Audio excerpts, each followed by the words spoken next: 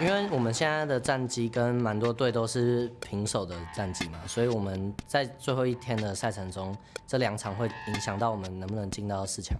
And Flash Wolves have done it. They have handed them their first loss of the mid-season Invitational and take down the best team in the world. Now, the important thing to note is that all of the teams are in control of their own destiny. I don't want to focus on, oh, if we win this and they win these games, then we can make it out. I just want to win as many games as possible. The G2 versus DSM match for us is basically deciding our fate in this tournament, so we're not done yet, that's for sure. Đây là cơ hội cuối cùng của em ở tại vòng bảng này để có thể tiến tới vòng trong. And WE also locks themselves into the knockout stage at 5-3.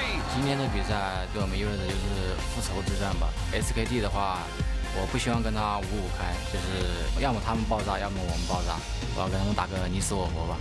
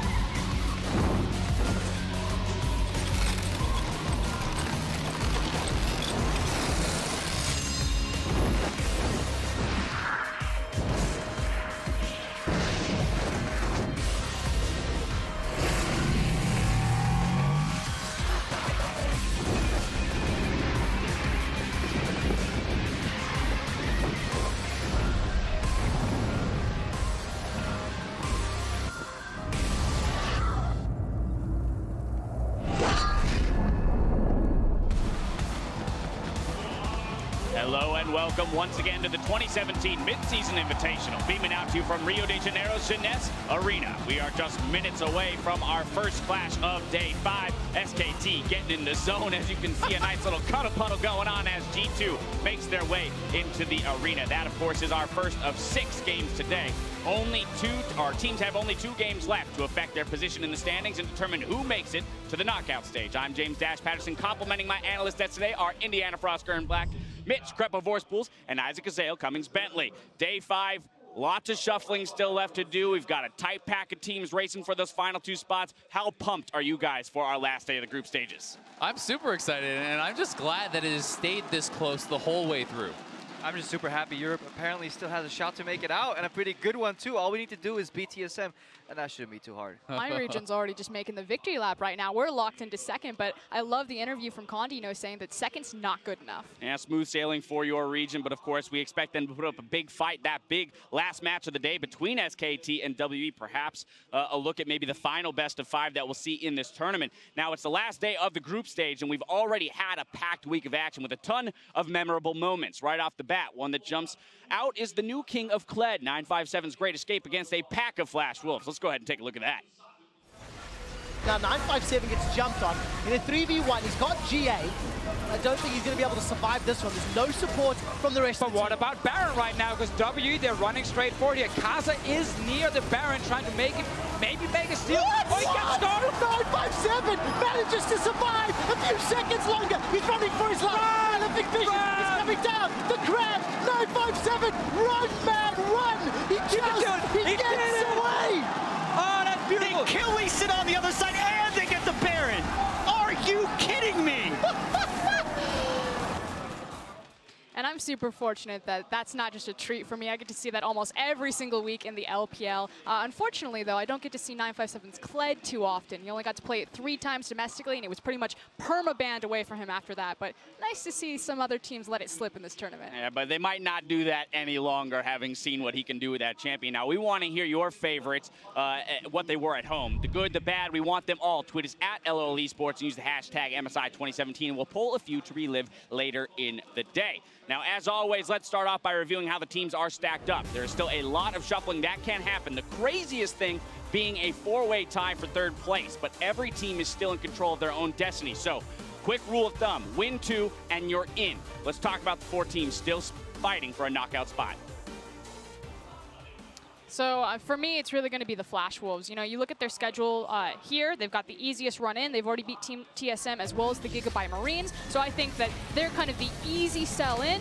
That said, we've seen things go heads and tails sideways. They did have a good win over SKT, so anything can happen in this tournament. They're just who I'm leaning for to lead that charge. A very up and down tournament for that squad. Yeah, and I mean, speaking of downs, they're the worst early game team in the tournament by far. They are averaging down over 2,000 gold at 15, which is pretty brutal. Except when they start playing SKT then, you know. So like there's been so much variance in this tournament where teams show up in one way and then in the other. I think a big component of that has also been the Gigabyte Marines. They do it also in such an exciting manner. For me, seeing people bring League of Legends not back to life, but add another aspect to it. You know, the Zed Galio combo, it very much reminds me of the Poppy and Nivea combo we were pleased to see in Worlds, you know, from ANX. I love it when people find new champions, use them in creative ways. There's also the double dash of LeBlanc. Galio goes in, LeBlanc snaps back. They have signature aggression in the early game, but with a wealth of champions. It's super enjoyable to watch. Yeah, and huge shout out to the Gigabyte Marines coach. Not only is he one of the heads on that Galio composition, but he was also the first guy that brought Ziggs into that region and really propelled for that pick to pick up that team's play style. And Ziggs has been such a big pick for them that people seem to continuously just underestimate. I mean, they've been playing this pushing-centric style, unlocking Levi, in the jungle, and people keep letting Stark have Gragas, and they keep letting Slay have Ziggs, and they keep being surprised that they're losing. But it's hard, right? If a team's willing to pull out something like Zed, all of a sudden banning against them becomes that much more difficult because it feels like they could go any direction just based on where you try and pinch them. Fine, we'll go this way. Definitely following Azale here, though. We can't. There's so many picks open, so definitely get rid at least of the Gragas, you know, and the Ziggs, because it seems to be a key component in many different comps. But as long as they ban that, at least Archie's Bard open, and that makes me always a happy camper. I 100% agree with the Ziggs, especially just because, again, one of the things that they seem to struggle with is closing those games, pushing down those structures, and Ziggs is a perfect band-aid to shore that up due to his satchel damage on towers. Let's talk about the last two teams in that group of four, and we'll talk about them together as they have a rematch today. TSM, G2, fourth match of the day. Yeah, and I mean, TSM versus G2, this is essentially the match that decides it all for both of these teams. You know, despite their earlier results, whoever wins here will have the advantage going forward into the knockout stage. And that's the crazy thing about this tournament. G2 came in looking for, honestly, a third chance at an international tournament to honestly please the fans. They failed day one. They had the redemption shot. They even did mediocre right after.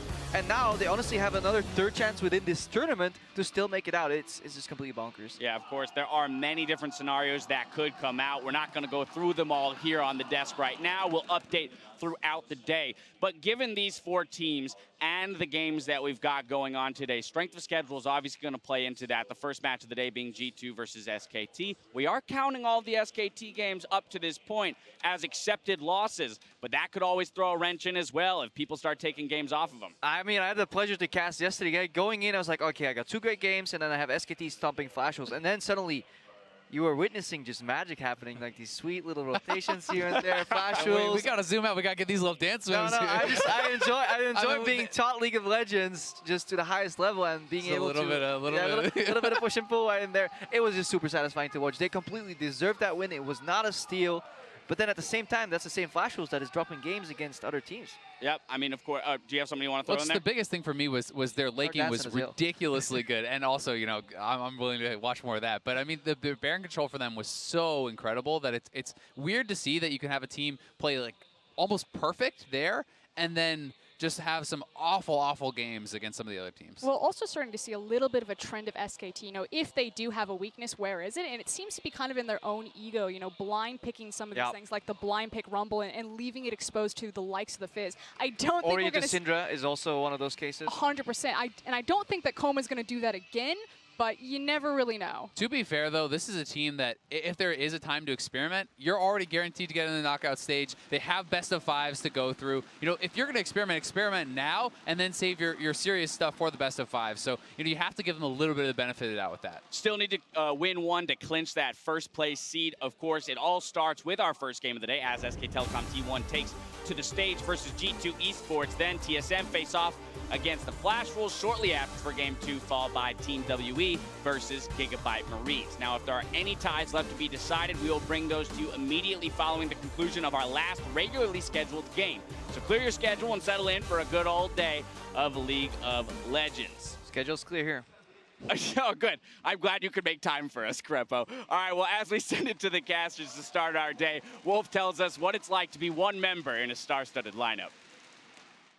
언제나 남들이 못해도 저는 실수가 항상 적어요. 항상 적지만 그렇다고 또 서브터가 사실 슈퍼플레이가 나올 수가 없어요. 그래서 좀 왜 밝은 별들 있잖아요. 태양들, 페이커, 피넛, 뭐 뱅, 후니. 저는 뭐 좀 아쉽긴 한데 팬분들이 알아주시면 그걸로 감사한 일이죠. Well, thank you, Dash, and hello, everyone. I'm Julian Patriot Time Car, and joining me for the first games of the day are Joshua Jack Leesman and Chris Papa Smithy Smith. SKT vs G2 to start out. What a great way to kick off day number 5 here of the MSI group stage.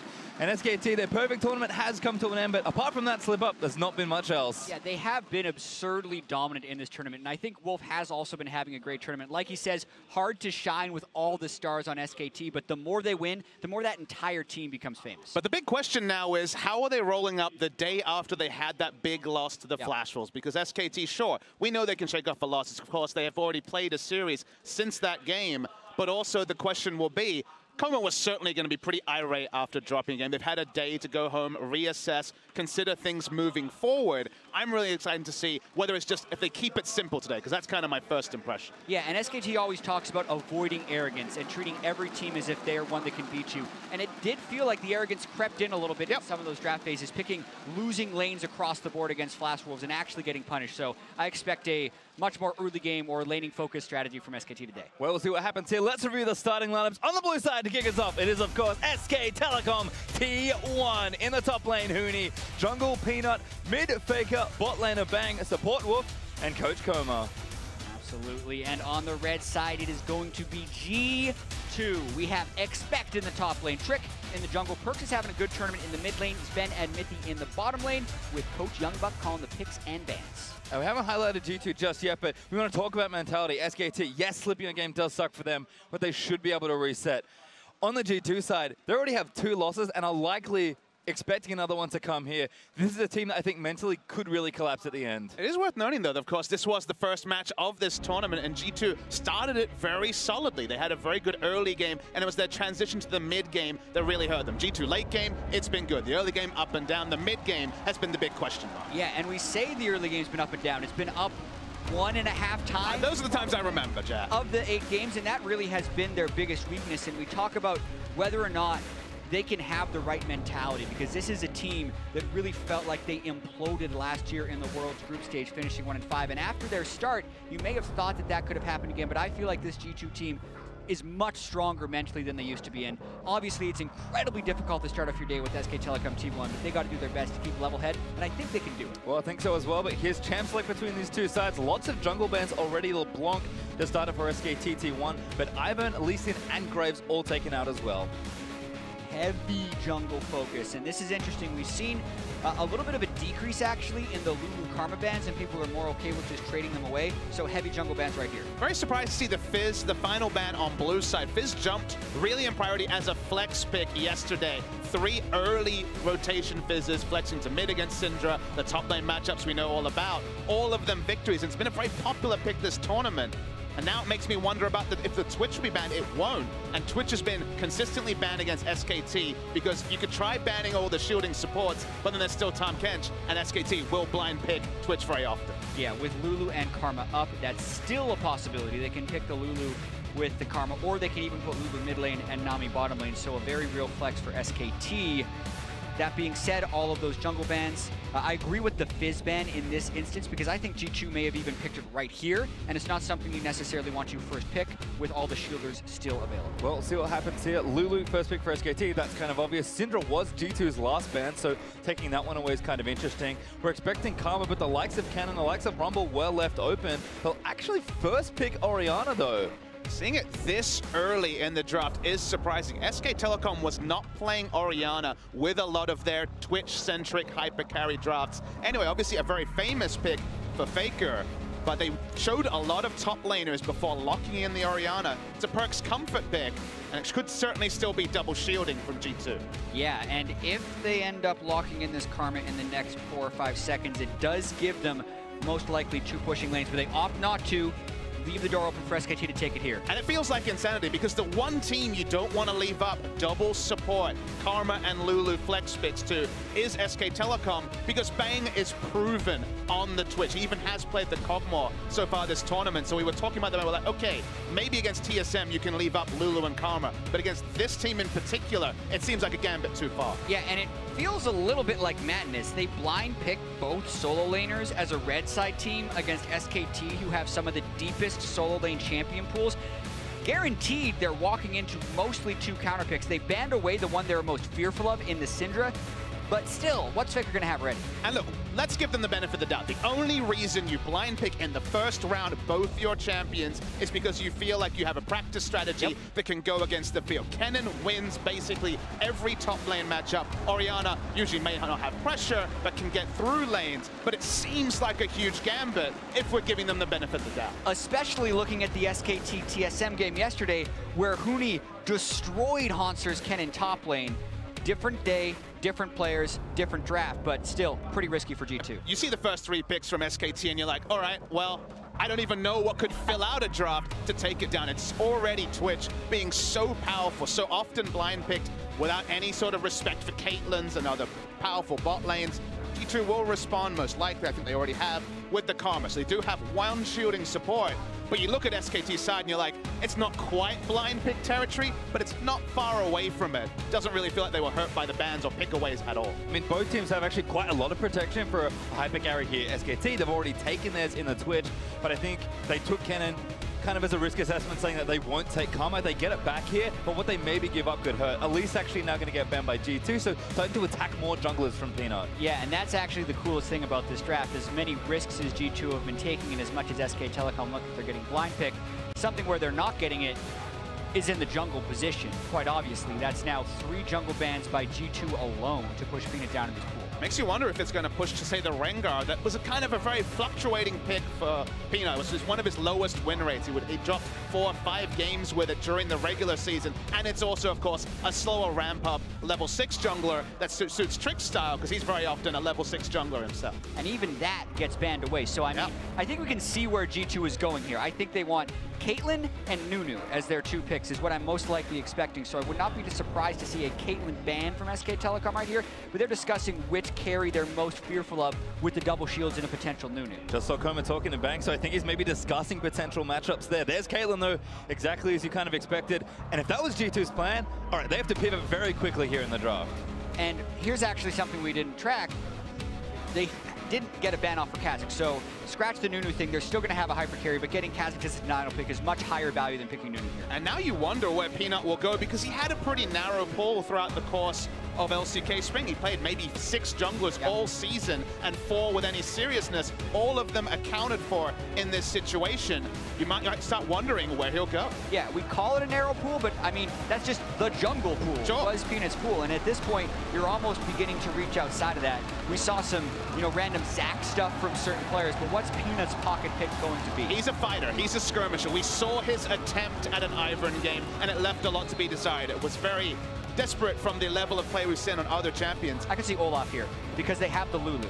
I was trying to think of when you get pinched or if you have weird jungle pools, what could you pull out? And Peanut had some tremendous Olaf games internationally at Worlds last year, especially when you have the haste of something like he debuted at Worlds, if you remember, Jet. We finally saw it very late in that tournament. Never played it this year, never played it before Worlds. So certainly, it's going way back in history with Peanut. And for once, he's not going to be on a comfort like this in this tournament. Plus, we get Faker on Ahri, which makes you pumped, and it is that Ahri versus Orianna skill matchup in the middle. And that's the thing, really safe, very respectful from SKT here with something like the Ahri. We could also flex the Kennen, which is the other thing I was trying to get in before. Oh, man. It could be AD Kennen for Sven. I mean, we've seen Europe do it quite a lot. Looks like it is last pick Shen for Expect. Oh, man. That's something right there.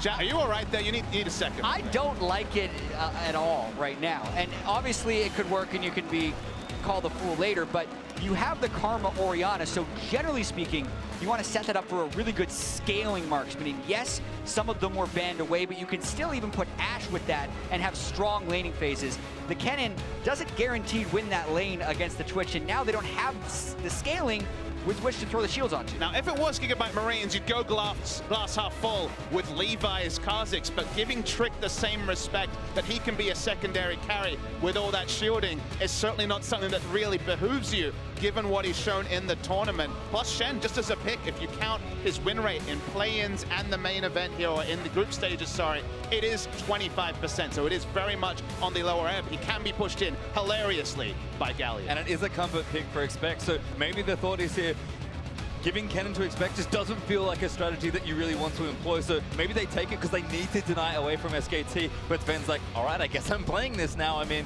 a lot of interesting stuff in this draft. I think SKT keeping it simple, which I think is what you expected, Papa Smithy. G2 mixing it up a bit, but maybe too much. Yeah, I mean, what was I expecting? Kennen flex pick for a European LCS team. Of course they're going to do it.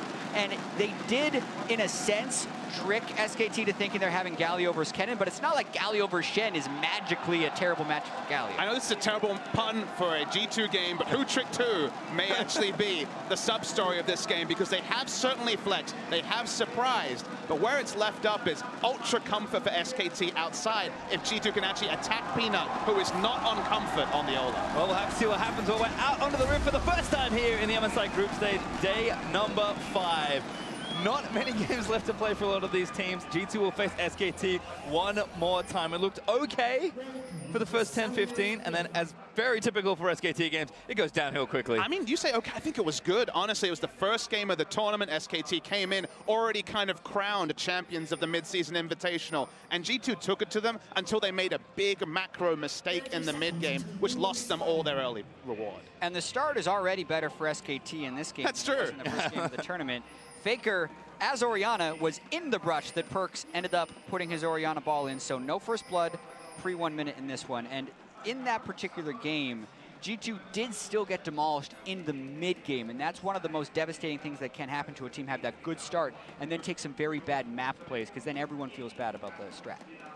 Well, we'll see what happens here. Sven on the Kennen this time around. Have to double check if he's played it in the EU LCS, but of course you look at Reckless in that region, there are a ton of players on that champion. It's fun to think about and start theory crafting. Seeing more Galio, and you're like, okay, where does Galio fit in? Who will he be ulting is kind of the big question, because that heroic entrance is such an iconic ability.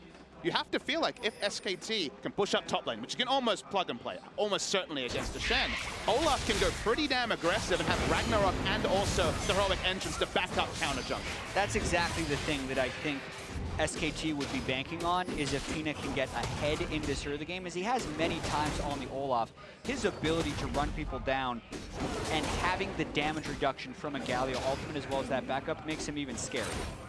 Top side of the jungle is definitely going to be his friend, so he might actually start contesting. Maybe around second red spawn, when the Galio ultimate is available, he can play pretty Rambo, and it's not quite a Twisted Fate from the mid lane when it comes to backup, but the heroic entrance is right up there with it. Yeah, just a reminder, Olaf gets a lot more attack speed the lower he is on health, so that's why Peanut went so low on blue buff and is staying low. It's a bit of a mind game as far as arrogance goes with the Olaf, staying low and not thinking you're going to get counter jumped. But it is also one of those things where you give over a bit of information about jungle pathing on your Olaf, because it's pretty predictable for an Olaf to start blue, even if it's not necessarily the most obvious path. It's not likely to be the Raptor start with the Olaf, it's likely to be blue. So even though G2 haven't put down deep vision, you can kind of make an educated guess just from the draft of Olaf. Well, just looking at the minimap right now, Trick is going to go ahead and finish off this blue. Looks like he's backing up towards a different camp, so a lot of early jungle farming so far. Other than that, those sidelines for SKT pushed right up. So Peanut's kind of getting covered here if he is kind of farming it out a little more. Perkz does have some traction here in mid lane. Trick might be looking for something here. I mean, Kennen's strong laning phase is actually more related to the Hurricane and, of course, laning against melee champions in top than in the bot lane. When we had Kennen as an AD carry many moons ago, he had longer attack range, so his actual laning phase is actually pretty static. He doesn't have AoE, really. He's not going to be diving into the minion wave to clear with an EW. No lightning rushes offensively, so he's actually going to be pushed in by Twitch, which is a very strange scenario. Exactly. Twitch and Lulu can wave clear fairly well. Kennen not matching Twitch, whereas Lulu more likely to match Karma. That's why that lane can be pushing. Not to mention, Bang and Wolf just play more forward in their lane by style than G2 have this tournament. I'd argue that if you think of any meta AD carry, even Ezreal, Kennen probably pushes less than Ezreal because it doesn't have the long-range auto attack and attack speed. The Mystic Shot is the trades are looking pretty good for SKT, and Peanut is around bot. Yeah, Ignite for Wolf as well, so this lane could get aggressive very quickly. Looking at Vent holding onto their summoners. Peanut looking for a recall. Does cancel it. No one going in just yet. Yeah, notice how Peanut saved his smites for the latter half of his jungle clear, so he was then full health in order to go to the river. He was mainly just sitting there in case Trick was there for a counter gank.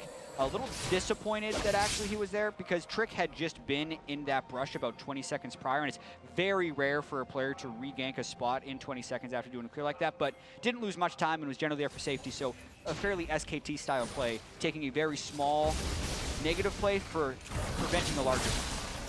Faker takes not the best trade. We have a bit of breathing room in the game as the jungle's kind of recalled. I want to talk a little bit about Twitch, because we talked about Bang being very much favoring the Twitch ever since the final. That was the first time he had taken out this season. One of the reasons why I think SKT is that much better with Twitch than basically any team in the world is even in their losses, which game there was only one this tournament, and the early games where they've been a bit wayward, SKT always have jungle pressure. It feels like even when they're 5,000 gold behind, they're trying to pressure in, steal away jungle camps. It never feels like SKT are only dealing with the dregs of a single Raptor camp, for example. They're always able to push stuff up. And whenever you have map control, which for SKT feels like 85% of the time, the threat of the ambush, how aggressive you can play and how much you have to respect around a Twitch, not even taking into account the ultimate and the late game team fighting, makes Twitch just that much more of a headache to deal with.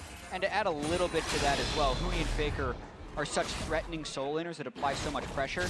Twitch, when he's at his worst, is getting focused and camped and resources are going to shut him down. But if you do that against SKT, that means you're no longer committing resources to shutting down Huni or Faker, and then they will generally thrive in the solo lanes. Well, having a look right now, Perk's actually doing a nice job getting aggressive in the face of Faker, was consistently pushing him back into that turret. Faker has back now, should have time as he picks up the lost chapter to get back to the wave, but Perk hits level 6, he's going to try and shove it out. We'll get it back there as well as expect. Points on the Huni, bit of damage back there, but a nice Justice Punch into the Winds of War.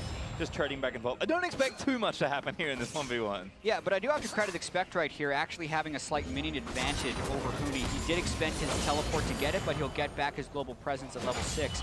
And in a lane where Shen is completely outpushed, it is good to not be denied CS and now has itemized some magic resist to make it difficult to push him out of it. It sounds like a weird scenario to talk about, but the skill of last hitting now that the nerfs have come through to the Q specifically on Shen when it comes to minions. Not talking about the pushing war that we know Galio will win. The last hits are relevant because at the end of the day, on the Galio, you're a bit like a Victor when you get Hex Score. You're kind of eating the wave and you're not always going to get everything. You're going to get the backline minions, you might miss out on some others, so it's very much about trying to push in as Faker. The worry here is whether or not he can roam. Faker's going to ult in and so is Galio. No, doesn't get a point blank. Perk doesn't pull the trigger on the ulti though. Respects the flash from Faker, but lives the ult in. Oh, ulti's back! Perk's looking for the kill! Gets it down, but here's Galio and Peanut surfing in as well. SKT commit a lot there, but Perks gets out easily. Yeah, Perks did very well in that instance. He didn't get hit by all of Faker's spells in the all-in because that was kind of the strategy, is Ahri deliver the Galio to the Orianna. That didn't happen, and then to add insult to injury to SKT, Huni had to ult defensively, so that hurts both of their soul lanes. Look at this, G2 actually outlaning both Faker and Huni early on. I mean, whenever you pile in resources and get no gain, that is net gain to the enemy team, when in this case is G2, so big for them as already does profit from the fact that a control wall was put down. So they do have that top side control we were talking about.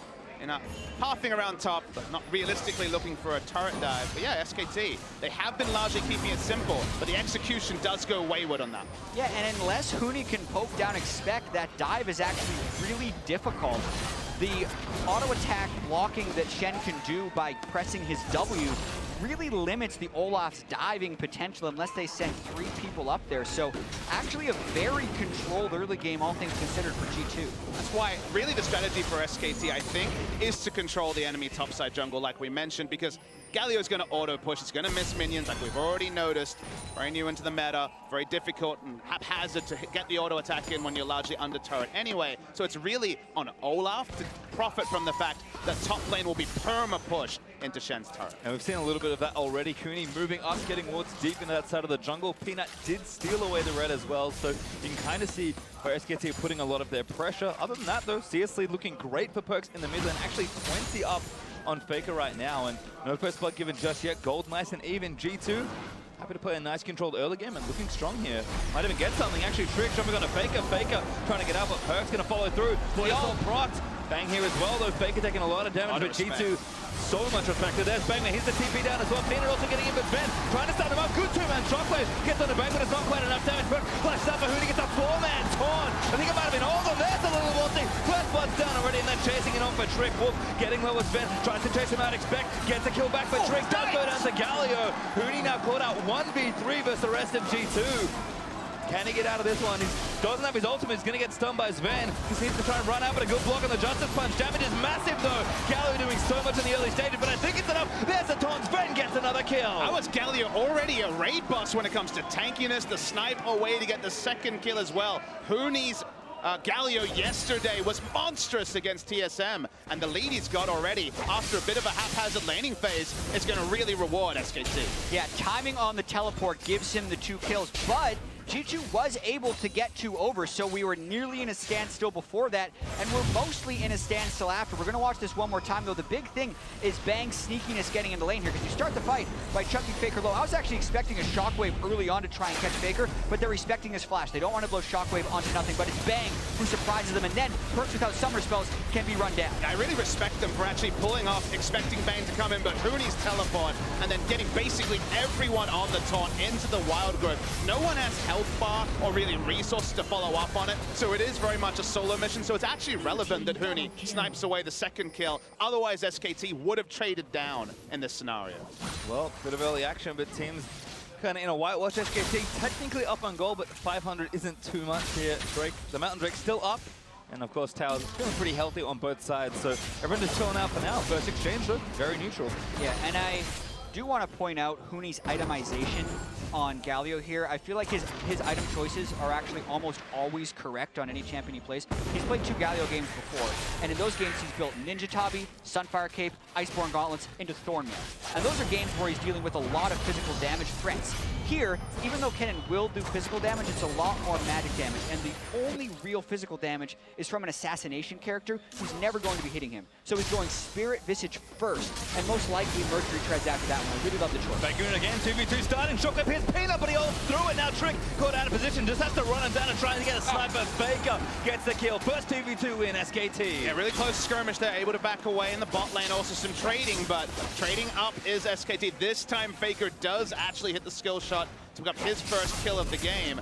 The Orianna Shockwave, he really didn't contribute much, just a DPS onto the Olaf because the ult was already popped. Yeah, and there's much more tankiness on the side of SKT, not to mention in skirmishes like that, the Ignite can actually turn the tides when the levels are very close. So notice how Faker jumps in, doesn't even get both parts of his Q, and misses his charm. So that's why G2 feel pretty confident, but they didn't quite focus right, and now Perks is without summer spells. Tried it again, Perks trying to get back to his tower, but he's got no chance. Faker nails that charm and gets the kill. Yeah, first charm he hits, but of course got the previous kill, and now that really tilting strategy of having to walk to lane, the walk of shame, the second time after you die, after a repeated gank, and Faker pushes up. Trick's taking a bit of free damage. Another charm. Might look to dive. No, not yet. Just damage on the turret. Great snipe. One more. Peter lines it up, takes down Trick. The Lee Sin mechanics coming into the fore on the cube, but Trick didn't need to walk up. We've seen too many junglers this tournament get disrespectful walking up to line skill shots, and Trick plays the ultimate price. Situation where you're damned if you do, damned if you don't. He backs away, they give away first turret to Faker, but because he could not dodge the Qs from Peanut or the charm from Faker, he falls. So gets outplayed right there, and that's an 0-3-0 peasant. And now you have to adjust your emotions because G2 were playing very well through their mid lane, but 2 deaths and the turret going down when they were behind the goal is not lane. 2v2 going to be a 3v2 right now. Here's Expect with a stand united. Look at the whoop and a great knock up there. He's going to deny that now. Bang turns around but gets exhausted and stunned. Damn. Wolf talks about it's hard for supports to make highlight plays. That's about as highlight as you get on Lulu. Interrupting Expect mid-taunt. Oh no, this just feels so bad for the mid laner. Peanut's gonna run Perks down with the ultimate ticking away. Actually ulti there by Perks, but it's just not enough. Perks, no tower to get to. Here comes Galio. Peanut, low on mana, might actually save him, but Huni is gonna chase it. He's got flash. Perks gonna have to go towards absolutely no one. Teammate's not there, but might just run away far enough as the blast cone should get him out. but Trick walks into a Galio. Gets a charm now as well. That's a mistake. Just as much for the knockup. Gets out, but Faker's got more than enough dashes for that one. Trick's not really acceptable to die in that manner. Back-to-back, you have to say, largely. Perkz did so much work. Sidestepping skill shots will get out, but his jungler just sweetens the engage for SKT. Yeah, about to give Perkz credit for dodging those axes at close range, which he deserves, but then Trick just throws it all away by trying to walk straight into a Galio when his mid laner was nowhere to support. Yeah, 0-4 and 0 stat line for 13 minutes. I mean, these players have very different stat lines. They've been playing different styles of champions, so the DPM stats that, for example, are floating around are misleading, but Peanut has been on the top, and it's another one of these wayward early games for Trick. Yeah, unfortunately for Trick, he falls towards the bottom of almost every statistical jungle category in this tournament. Low kills, low damage, low KDA as well. But watching this one... Why? Why does he walk up? He's trying to get a good trade, but he's just not necessarily paying attention to the map. They try to go on Bang once again. Bottom again, 2v2 starting. Bang low. Here's Bench trying to do the damage. He already got Polymorph. They're going to try to back around that damage. Disgusting as there's one for SKT. Midby might make it a second as Wolf is looking for the slow. Flash Kidderlands gets it. Now going to lay the autos in as Trick down here to try and turn it around. Midby grabs the flash, but here's Perk down as well. Flash out from Bang is TP'd up from SKT. Peanut forces Perk flash on the other side as G2 back towards her outer tower. Peanut, is he going for a dive here? G2 getting real far back. Now it feels like every lane on the map is collapsing for G2. The mid lane was what was the bastion of hope. The two ganks and then the turret going down really removed that. Now Orianna will be roamed on very comfortably by Faker. You know, so little Expect can do in the bot lane, and even in the top lane, sorry, and bot lane is already also feeling the brunt of the pain. And these are the disaster early games you hope to avoid. Expect was holding up in the top lane for quite a while, but Huni has made such a large impact on the rest of the map. Since then, you're seeing some of the advantage, and also outplays by pretty much everyone else on the SKT lineup. And that's kind of been the thing for SKT this tournament, has been the casual sidesteps on skill shots that we don't necessarily see with any regularity from other teams. The interrupt from the Wild Growth also. So we're going to see a replay. This was once again G2 opting. They wanted to have a pressure point. They wanted to be winning in at least a single lane, but Bang turns around. We know what Lulu can do, and a crit comes through from just the Brawler's Glove, and that cements the first kill. Yeah, even though G2 were the ones to engage that, they weren't even close to being able to win that fight. So that was definitely one of those situations where they really felt the need to make a play, and I think we're hoping they could catch Bang without Wolf there. But Wolf was in Fog of War, I believe, and surprised them. And now it feels like we kind of have to take a step back, because we have to remember that, okay, G2 probably penciled in this game as a loss. SKT came in heavy favorites. To me, the real question is, can G2 stabilize the rest of the game? Even in a loss, they cannot have a scenario where Trick dies another 5 times in the next 10 minutes. They cannot have a scenario where lanes are just trying to make individual plays and lose sight, because they have a must-win game coming later in the day, and its stabilization, even if the result won't stabilize, is as necessary for G2, given the context of the tournament. Well, not looking great so far. 7,000 gold up for SKT and 4 turrets to nothing. I think Perkz has to feel so frustrated because Ari, despite being behind, has made so many other plays. I mean, Faker's Ari is pretty good when you have Peanut as your jungle backing you up and Huni as your Galio coming down from top lane. Stuff like this happens where Huni and Expect are trading, and Expect, he's not winning. He's got no pressure. There's nothing he can do to push up, and of course the lanes have kind of disintegrated already, so Bang is there looking for a kill anyway. There's no good decisions left, really, for anyone on the side of G2. It's just what SKT leave up to them while they make plays around the map. Yeah, and is this what SKT looks like when they're actually angry? Because they did drop that one game, and this is now a 7,000 gold lead at 17 minutes, one of the biggest in the entire tournament. Peanut, in particular, continues to just add to his stat line. As far as stats within the first 15 minutes of the game, Peanut has only died a single time this tournament, and now has 28 kills in those, or sorry, 25 kills in that moment. So just incredible stats. And we can even widen that stat line, Jack. He has 48 kills now in the tournament, most of any player in the group stage, and he has 10 deaths, only 10 deaths in now coming up to 9 games. He has the least deaths and the most kills. It's just insanity from the jungle, a role where often you might be second or third most deaths on the team. The SKT stealing away the red buff. I did notice the Mountain Drake is still up, and that's just how much SKT have been playing in these skirmishes. No one's going towards the Drake. SKT, we're taking the towers without them. We don't need it. Yeah, and another thing that's a little surprising to many about SKT in this tournament is how low their ward numbers are as Faker gets jumped on clearing a ward.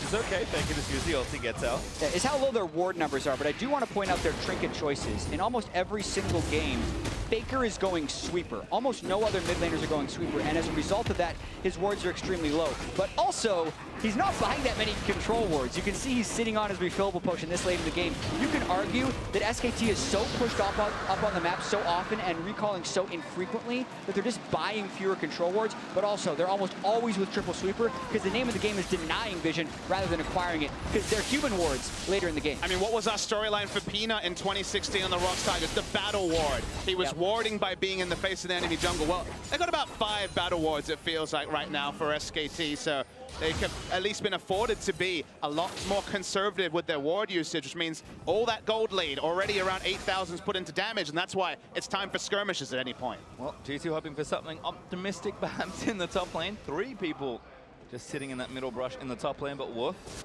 getting some wards done. I think hitting the plant, making sure they have enough vision. And G2 might be here for a long time, hoping a customer comes through, but can hit the recall button and not get anything out of the play. SKT doesn't need to go there. You know, they don't need to go there. They have some information about what brushes were crossed, so they may have an idea what side of the map the enemy is on, and that's why you can see Faker already popping the sweeper, already shooting his Q through brush, because why give over anything? That's what they were probably criticized for so much yesterday, was what they gave away, and today was about tightening the fundamentals going into the bracket stage. Yeah, they also had the buddy system right there. Wolf was hanging just far enough back, and that's kind of what he was doing in the bottom lane with Bang there that allowed him to turn the 2v2. Well, here we go though. Play starting stage United on this Sven, but Faker looking for the 1v1, going to be a 2v1, no, 3v2, SKT of course there first as Midi's going to join and try and save the teammates back, but for Shockwave barely gets Wolf, and Sven just gets annihilated by Peanut, the Wild Growth, keeping alive through everything else in G2. Every Bang's waiting. Going wrong, and here's Bang. Monster flank here from the Twitch. Expect does get the taunt down as Perks does take out Wolf on the other end, but Bang firing away, looking for Minty, but here comes Trick back. I think a little too far forward, does go down the Trick. Now Bang is dead as well. G2 finding some kills. SK2's aggression will cost them. Peanut turns a fight, but he's dead also. Homo will definitely leave this game with at least one replay he wants to draw his Chargers' attention to. Very sloppy play, given that Galio clearly was not going to be grouping in. G2's actually going to stop Baron. Yeah, it's do or die for them. It's 20 minutes. They want to do Baron. They just killed 4 people. They're still down 7,000 gold, and there is a very big Galio about to disrupt this. That is not the teleport I expected, but Sven's actually bottom lane, can't join the 4v1 right G2 really now. want to try and get it in any way possible, but Hooney is going to disrupt. We're going to take down Perks. G2 have to pull off Baron, and Hooney with a great TP, despite not joining the fight, does get G2 off Baron. Still a big mistake there by SKT, over pushing. They've had so much success taking odd-numbered fights when they're this far ahead. Let's watch this one more time. Sven is able to survive the initial onslaught, and that's key. Yeah, they open up against the Shen ultimate, but they had 2 people coming in and also the Twitch ready for stealth. So you understand the start. Sven is delayed, and you're like, okay, SKT have a big gold lead. This is fine. Bang sets up for an engage, but actually gets very low value. So it comes out of stealth, starts the ultimate, expects taunt hadn't been used. It's used effectively, and look at how many auto attacks Bang loses out on. He actually puts out relatively little damage in this fight. Yeah, exactly. Bang was hoping for the amazing flank behind them, but G2 actually pushed up beyond that point. If Bang opens up in a different position in this fight, I feel like SKT actually wins it if he opens up on Perks' Orianna, but he chose an area very close to Shen, didn't expect to still have taunt, and he pays the price. And it's one of those also little situations where to be a fly on the wall on why Hooney never teleported, because you'd have to imagine he got a call from his team to just take the turret, don't worry about it, we'll get out, or we'll trade up. Either way, a call somewhere along the line seemed to be wrong, even though he did get the bot lane objective. Things at it again, ulti gonna be procced on Sven. Perks here to try and protect him, too much damage, burns down for the poison, Bang, yet another one. Well, Snowball looks like when you have the extra items. Running in again, SKT looking for a tower dive, actually. Perks no flash, does Shockwave on a Faker. Try, I'm gonna miss, but Peanut's gonna run forward. Ragnarok will not be stopped, there's a shutdown.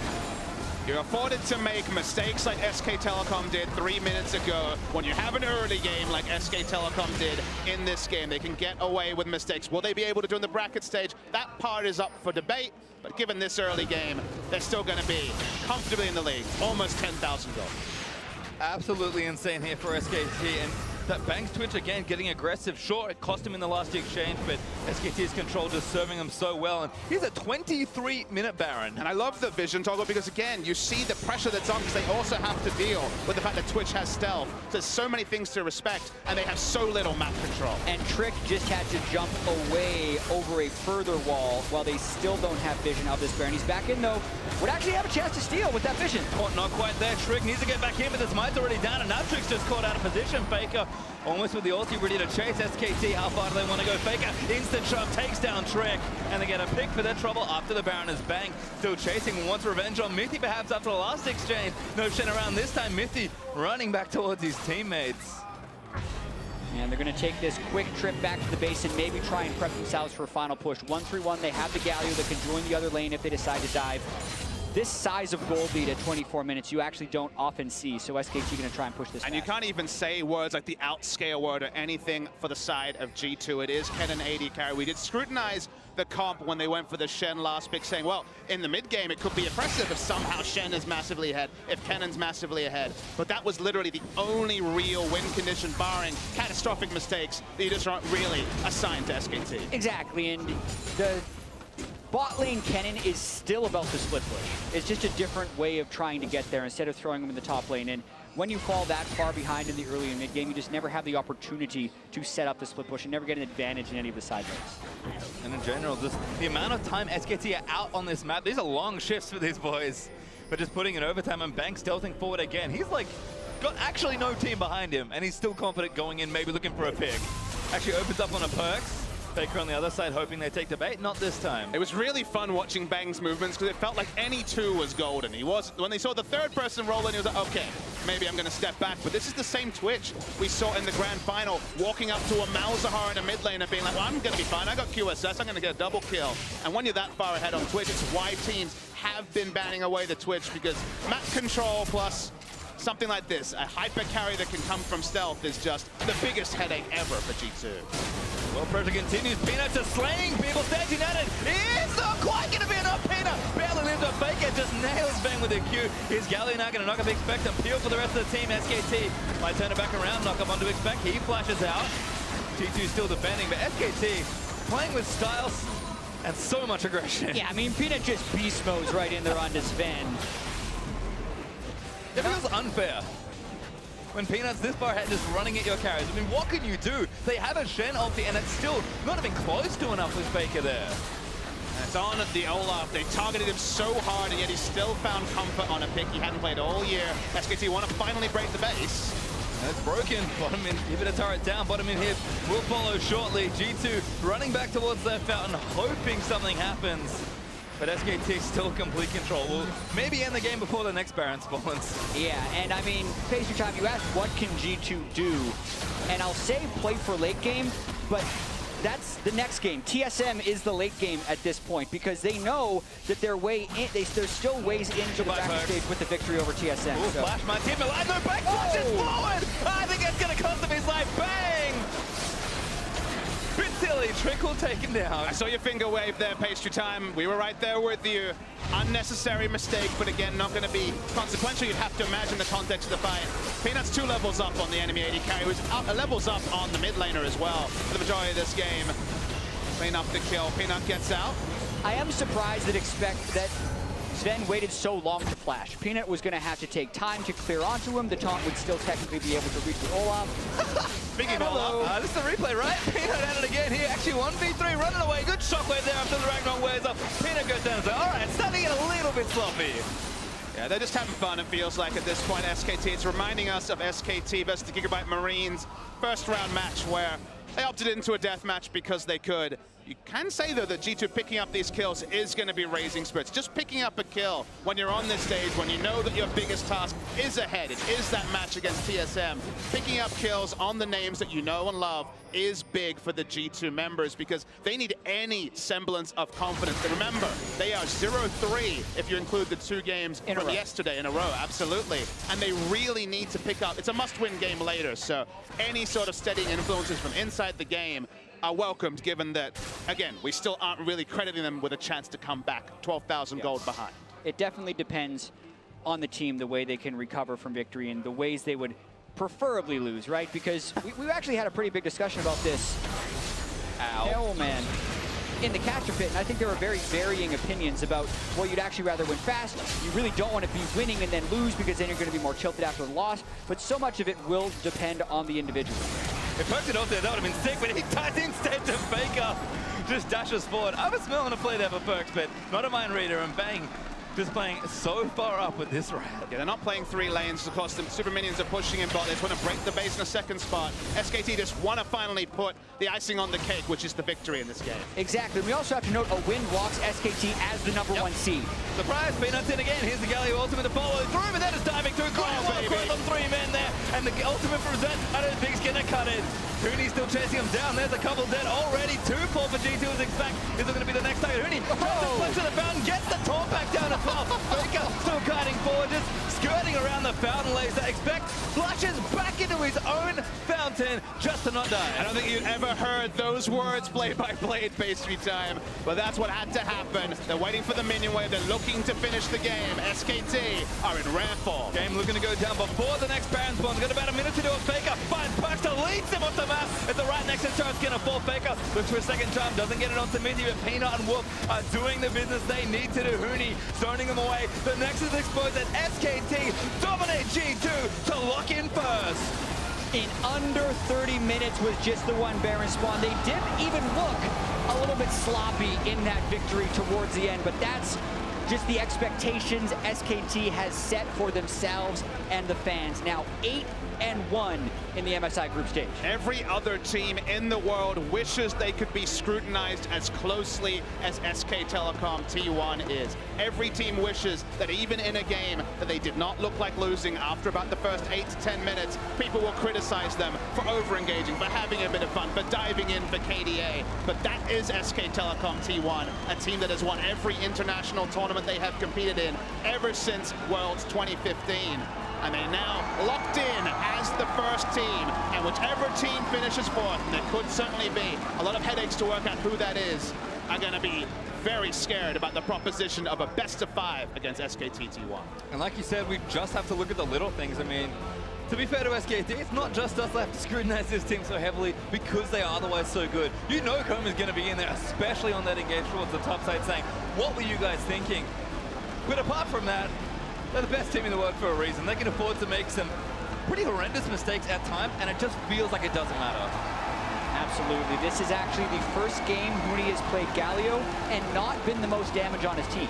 So he's been so dominant on that champion. Still another super strong game from him. We're still finding little things to be hyped about, little things to criticize, because the big things, the big picture's looking damn good for SKT. Yeah, there's remaining the gold standard of how you play League of Legends. Teams look to them to try and learn, and that's, funnily enough, one of the reasons it's so hard to beat them, because you're not going to do SKT better than SKT. Well, we'll see what happens here, but for more on SKT's win to secure the #1 seed, we're going to take back in with Tash and the analysts. Thank you very much, Pastry Time, Papa Smithy. That's exactly right. The picture is looking good. The big picture looks good for SKT as they lock in that first seed, moving towards the knockout stage. For G2, though, in a game that actually, in those opening minutes, looked to be going very well, especially if we put a spotlight on that mid lane, all of it fell apart within that 10 to 15 minute mark, and we saw the classic SKT kind of just stranglehold onto the game and run away with it. Yeah, 100%. The first 7 minutes, I'll say 8 minutes. 8.5 minutes looked great for G2. You know, you look at the composition, you maybe start theorizing late game, maybe it goes a little bit wonky because of the twitch, but this is kind of where things started to go sideways. Oh, Yeah, excuse me, no, this still looks good. It started out well with Perks getting initial CS lead over Faker, then he forced Faker on a base, and then Faker answered with an immediate ulti. Perks replied, he gets like a jungle attention, he gets Galio ulti here, so it looked like Perks was definitely in this element, and even later in the game started playing well. But honestly, this was the crucial phase of the game where it turned around.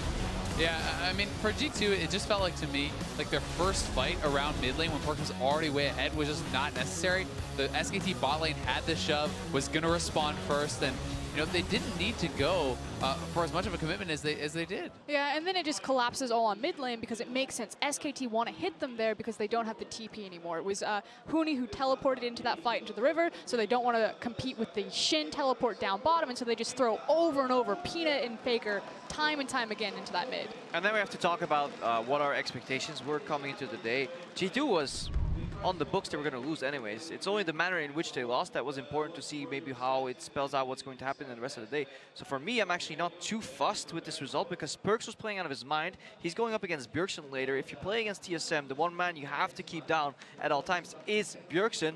And there will be less pressure, hopefully, for Europe, that is, onto the jungle because Trick, you know, playing versus Svenskeren or Trick playing versus Peanut Faker is still a little bit different. Of course, it's massively different, but you do have to be a little bit concerned that it was a 6v4 because Trick was playing for the other team this time. I mean, he like single-handedly lost this game, it felt like. And I was super disappointed in his play, like consistently choosing fights that he didn't need to. You know, not only just choosing poor fights, but then mechanical misplays within the fights consistently. And it was really kind of frustrating for me to watch because Perks is playing so damn well, and you want to see him rewarded for that. But it felt like every time Perks does something amazing and, you know, they get a little edge from that, Trick is going to do something even worse that just gives that away. Yeah, even the bot lane was taking some poor trades on the all-ins. It felt like after the initial fight where G2, they had a minor lead, they said, you know what, we'll put all the chips in the pot, let's go all in. They lost out, and they were pretty, for me, tilted afterwards. Yes and no, though, right? Because we did show that replay where they go for the fight in the river, but we don't see all the summoner spells blown. For example, Sven, right, coming in with the Kennen ultimate, decides to hold his flash till after his ultimate is down, as opposed to just capitalizing on top of the Twitch, zeroing someone out. As well, Perks, with that chase of Ahri down that river, didn't blow his ultimate for the kill, and you see some of those mechanical decisions bite them then once the Galio comes flying in. I don't know necessarily, yeah, 100% like there were some mechanical missteps there, but when I watch G2, I don't hone in on like mechanical mistakes. It's kind of like miscommunication. Like sometimes they're just not all on the same page about what they want to do. That has been their flaw in Europe. They're really good against opponents that they've analyzed. Like if you scrim the team all the time, they know how to react, they know all the basic situations, and they know how to play the playbook that they've written. The problem is when things rapidly change or teams play just that little bit better, G2 do not adapt well on the fly, and it's very apparent in Baron situations usually. And to me, that's a problem. If you can't actually just analyze, that's a problem as well. You know, it's like, great, okay, you can beat teams if you scrim them all the time, all year long. Why can you not learn that from VOD review, from watching these games, from analyzing all these games that you're seeing against these teams? And you know, if you're saying you don't have enough information on SKT, then there's something going on. Yeah, there's plenty of games of evidence about how they play. But more to your point, Krepo, about G2 looking towards TSM, I want to take a look at one more replay. This is actually a one fight for G2 in the top lane, 4-for-1. Yeah, and this is just, for me, at least, while they're down, we still get a display of skill for Perks, and is what the Europeans like to call cocky movement. You know, he goes into the fights. Perks has a habit of juking forward. He's consistently been dodging axes. Later on, I think he'll dodge a charm in this fight, and he's been a large presence even while G2 was down in these team fights, so that bodes well for the match later on. You do have to say, though, Bang, he's on a little road trip here. I don't know what he's doing. Surprise. Going in the back line, 1v3, doesn't use either summoners before dying. Right here. Oh, yeah. So, like, Side says both, gets a kill, he chases Faker down. Let's forget the little mishap that Bang had. Sometimes you need a little help.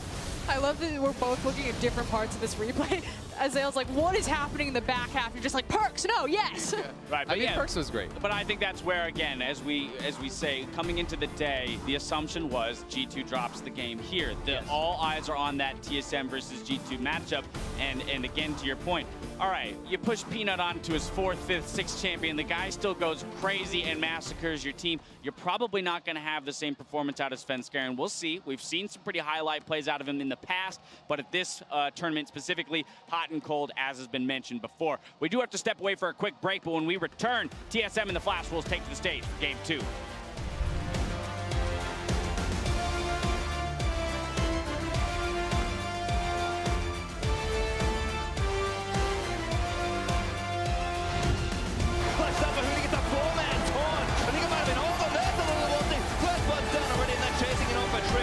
Getting low with Sven, tries to chase him out, gets a kill back for Trick, does go down to Galio. Here comes Trick back, I think a little too far forward, does go down to Trick, now Bang is dead as well, G2!